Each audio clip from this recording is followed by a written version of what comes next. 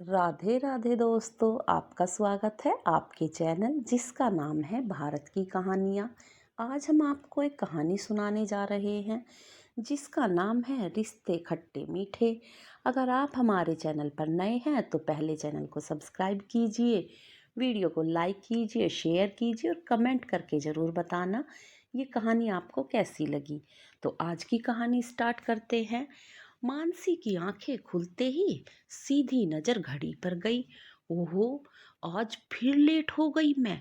उसने जल्दी से उठकर बालों का जूड़ा बनाया और बेड पर सोते हुए अपने 6 महीने के बेटे वंश को देखा और जल्दी से कमरे से निकलकर किचन में आ गई तो देखा उसकी सास सुनिंदा जी चाय छान रही थी। उसे थोड़ी शर्मिंदगी महसूस हुई। मम्मी जी, वंश ने पूरी रात परेशान किया, इसीलिए मैं पूरी रात सो नहीं सकी, इसीलिए आंख लेट खुली है। लाइए, अब मैं कर देती हूँ। सुनिंदा जी तेज नजरों से देखती हुई चाय और नाश्ता लेकर अनिकेत और उसके पिता रमाशंकर जी के आगे रख दिया। तब मानसी अनिकेत से बोली, अनिकेत, मैं आपके लिए जल्दी से लंच तैयार कर देती हूँ। अनिकेत ने कहा, तुम रहने दो, मैं लेट हो जाऊंगा, कोई बात नहीं, आज मैं वहीं कैंटीन में लेकर खा लूंगा। अनिकेत नाश्ता करके वह ऑफिस के लिए चला गया। उसके जाते ही सुनिंदा जी ने बड़बड़ाना शुरू कर दिया। आजकल की बहुओं को तो बस बच्चों का बहाना चाहिए। अरे बच्चे तो हमने भी पाले हैं, लेकिन हमारी आंख तो कभी लेट नहीं खुली। भोर होने से पहले ही उठकर स्नान करके पूजा पाठ करके ही किचन में चले जाते थे। लेकिन आजकल की लड़कियों को तो बहाने बनाने से ही फुर्सत नहीं। उनको बड़बड़ाते हुए देखकर मानसी की आंखों में आंसू आ गए। वंश के पेट में शायद दर्द था, जिसकी वजह से वो पूरी रात रोता रहा। उसने उसे दवा भी दी लेकिन आराम नहीं हुआ। अनिकेत भी परेशान होकर अपना तकिया लेकर दूसरे कमरे में चला गया, क्योंकि उसे सुबह ऑफिस जाना था। लेकिन वह तो कहीं जा नहीं सकती थी, क्योंकि वह तो माँ थी। माँ जो अपने बच्चे के दुख में दुखी हो जाती है। वंश को सुबह के टाइम कुछ आराम हुआ तो वह सोया और उसके साथ वह भी सो गई। सुबह को सोने की वजह से उसकी आंखें लेट खुली और उसका लेट उठना ही उसके लिए मुसीबत बन गया। अब उसे पता था कि सुनिंदा जी सारे दिन उसे ऐसे ही ताने सुनाती रहेंगी। सुनिंदा जी शाम तक उसे बात बात पर टोकती और ताने देती रहती। रात को जब अनिकेत कमरे में सोने के लिए आता है, तब मानसी करवट बदल कर लेट जाती है। लेकिन अनिकेत जैसे ही उसे अपनी तरफ पलटता है, उसकी आंखों में आंसू देखकर उससे पूछता है, क्या हुआ, तुम रो क्यों रही हो? आज फिर मम्मी ने कुछ कहा क्या?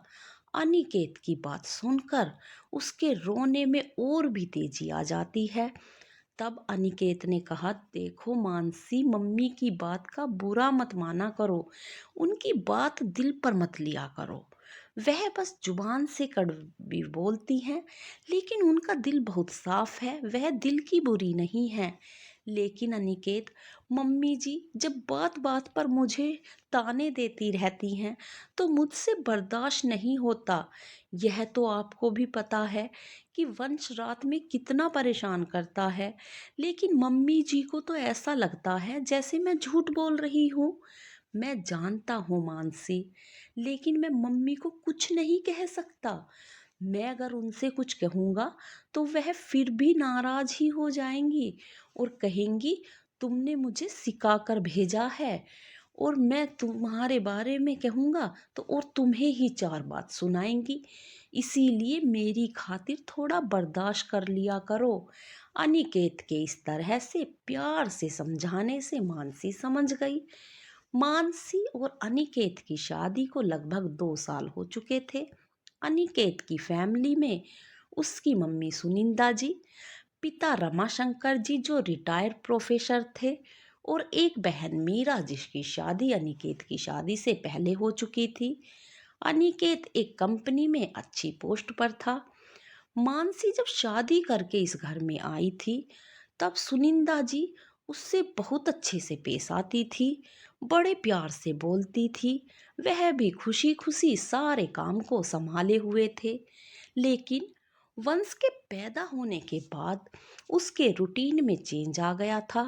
वंश दिन में तो अच्छी तरह के से सो लेता था, लेकिन रात को वह बार बार जागता रहता था, जिसकी वजह से उसकी नींद पूरी नहीं हो पाती थी और इसी वजह से सुबह को उसकी आंखें लेट खुलती थी। उसकी परेशानी समझने के बजाय सुनिंदा जी टिपिकल सास बन गई थी। वह उसे बात बात पर उसके लेट उठने पर ताने मारती रहती थी। बंसी बेटा, आज मौसम बहुत अच्छा हो रहा है, चाय के साथ साथ पकोड़े और हलवा भी बना लेना। और अगर तुम्हारा किसी चीज को दिल कर रहा हो तो वह भी बना लेना। लाओ, वंश को मुझे दे दो, इतने तुम काम करोगी, मैं इसे खिला लूंगा। रमा शंकर जी ने मानसी से वंश को लेते हुए कहा। शाम का वक्त हो रहा था और रमा शंकर जी बाहर से अभी घूम कर आए थे। ठीक है पापा जी, और मैं अभी बना रही हूँ, मानसी ने मुस्कुराकर कहा और किचन में जाकर सूजी भूनने लगी। मानसी बेटा, तुम्हारी मम्मी कहाँ हैं? रमा शंकर जी ने सुनिंदा जी को घर में ना देखकर मानसी से पूछा। पापा जी, मम्मी जी तो पड़ोस में गई हुई हैं। थोड़ी देर बाद ही सुनिंदा जी घर में आई तो देखा रमा शंकर जी तो पोते को खिला रहे हैं और घर में सूजी के भुनने की खुशबू घर में फैली हुई है। यह देखकर वह जोर जोर से बड़बड़ाने लगी और कहने लगी, भाई आजकल की बहुओं को तो अपनी मर्जी ही करनी होती है। मजाल है जो सास से पूछकर कोई काम कर ले। आजकल की बहुओं के तो मजे हैं। बच्चों को तो सास ससुर खिला लेते हैं और वह अपने लिए कुछ भी बनाए और कुछ भी खाए। एक हम थे, मजाल है जो अपनी मर्जी से कुछ बनाकर खा ले। और तो और अपने बच्चों को भी हमें ही संभालना होता था। सुनिंदा जी के ताने सुनकर मानसी का मन तो हुआ कि जाकर अभी कह दे कि वह अपने मन से कुछ नहीं बना रही है, पापा जी के कहने पर ही यह सारे पकवान बना रही है। वह तो अभी सोच ही रही थी कि तभी पापा जी की आवाज आई। अरे भाग्यवान, क्यों बहू को हर वक्त कुछ ना कुछ सुनाती रहती हो? और वह अपनी मर्जी से कुछ नहीं बना रही है। मैंने ही उसे बनाने के लिए कहा था। और अगर वह अपनी मर्जी से कुछ बना भी लेगी तो यह घर भी तो उसका है। और यह मुझे भी पता है कि अपने टाइम में तुम कितना काम करती थी। यह कहकर रमा शंकर जी हंसने लगे तो सुनिंदा जी ने उन्हें घूरा और वह मुस्कुरा कर रह गई। मानसी को जो अभी गुस्सा आ रहा था, वह सास ससुर की मीठी नोक-झोंक सुनकर खत्म हो गया था। तब तक वह पकोड़े, हलवा और मठड़ी वगैरह के साथ चाय उन दोनों को दे आई। मानसी को जहाँ सास के तानों से दुख होता था, वहीं ससुर और अनिकेत को अपना पक्ष लेते देखकर सुकून भी महसूस होता था। मानसी, अनिकेत को फोन करके कह दो कि वह आते हुए मेरी दवाई लेते आएगा, सुनिंदा जी ने मानसी से कहा। उनकी बात सुनकर मानसी बोली, मम्मी जी, मैंने पहले ही फोन कर दिया था, वह कह रहे थे दवाई लेते आ जाएंगे। और मानसी यह कहकर रात के खाने की तैयारी करने किचन में चली गई। सुनिंदा जी वंश को खिलाती रहती थी और रमा शंकर जी बाहर गए थे। तभी सुनिंदा जी का फोन बजा। उन्होंने फोन उठाया।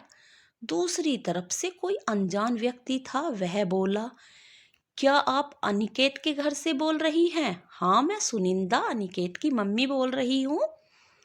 आपके बेटे का एक्सीडेंट हो गया है और मैंने उसे अस्पताल में भर्ती करवाया है।